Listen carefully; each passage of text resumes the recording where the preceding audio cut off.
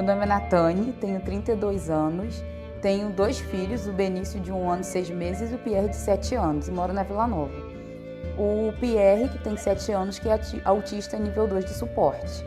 Eu botei na creche, chamei a professora, conversei, auxiliar também. Chegando lá, a professora me chamou e falou assim, olha, ele é diferente, porém eu não posso dizer nada porque ele só tem 1 ano. Vamos esperar para ver em contato com outras crianças para ver se vai mudar alguma coisa. Passou aquele ano todo, o ano letivo, e continuei não vendo diferença. Ele sempre isolado, as criancinhas brincando, fazendo as coisas, ele sempre no cantinho dele só observando e sempre tapando o ouvido. Ele nunca gostou de barulho, muito barulho, nada, nem muito contato físico. Quando fez 2 anos, eu troquei ele de creche e a diretora da outra creche era muito minha amiga. Eu já desabafava com ela há muito tempo sobre isso. Ela foi e chamou o psicólogo da rede pública para observar ele na sala de aula. Foi quando o psicólogo chamou eu e o pai para conversar e falou sim, que ele era autista, mas não poderia me dar o laudo porque ele não era o profissional certo. Aí pediu para mim conseguir uma neuropediatra para me levar ele para ele se consultar. Aí nisso entrou a pandemia. Entrou a pandemia, que foi em 2020. Tudo fechou, a escola fechou, foi aquela loucura. Então eu fiquei o ano de 2020, que ele tinha 2 anos, não 2 anos não, ele já estava com 3 anos. Tudo parado, não tinha como conseguir nada. Quando começou abrindo, tudo devagarzinho, novamente, foi onde eu comecei a pedir ajuda. Porque eu não tinha apoio familiar, nem da minha parte, nem da parte do pai, no começo. Aí pedi ajuda a um, pedi ajuda ao outro, conversei até que eu consegui o neuropediatra no outro município vizinho, porque aqui não tem. Conversei, ela observou ele, a primeira consulta, observou a segunda e falou sim que ele era autista, porém ele poderia não falar por ser surdo. Foi onde ela passou o Bera para ele fazer. Consegui marcar o Bera, fiz o Bera e deu o que ele escutava. Aí foi onde começamos a correria, né, com o fono, para ver por que não falava, o que estava acontecendo. Aí foi essa correria toda, mas mesmo assim ainda não tinha um BPC, consegui o laudo, você já estava com 4 anos, não tinha um BPC ainda. Então foi mais dificuldade, né, para mim conseguir fono, essas coisas, porque eu não tinha recurso, não tinha dinheiro para pagar.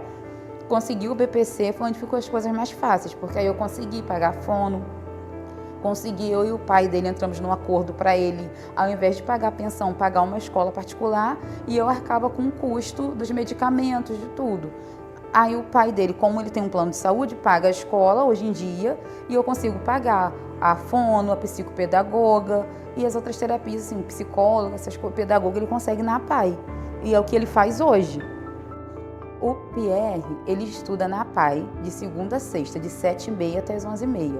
E na escola de 1 às 5. E aos sábados ele faz a fono de 9h30 até 10h30. E a rede de apoio, assim, eu tenho uma rede de apoio grande, que é minhas 2 tias. Elas me ajudam muito, assim, em questão, porque eu também trabalho, sou manicure, então eu tento fazer o máximo para estar no horário que ele está fazendo alguma coisa, eu também estou atendendo. Mas como às vezes não dá, eu tenho minhas tias que me ajudam muito e também cuida do Benício, né, que é o mais novo. E graças a Deus dá certo, assim, a convivência dos dois é a coisa mais linda. Às vezes o Benício está dormindo, o Pierre vai lá e dá um beijinho, um cheirinho. Benício também, quando o irmão está dormindo, chega lá, faz carinho, fala meu irmão.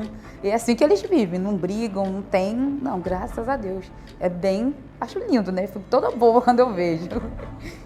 Olha, ele mudou uns 90%. Porque antes ele não conseguia ficar sentado, ele não conseguia prestar atenção em nada, nada prendia muita atenção dele, a não ser televisão, um desenho ou outro, nem são todos os desenhos.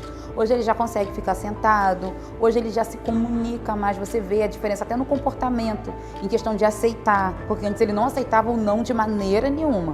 Hoje em dia, dependendo do jeito que eu falo, que eu também aprendi muito isso com a psicopedagoga, o jeito de falar, o jeito de agir, porque eu não sabia nada, foi tudo uma novidade para mim. Então, eu aprendi a dizer um não de uma forma diferente, tipo, se eu falar para ele não, ele vai entender o não, e ele começa a chorar e se joga no chão e aquela coisa toda.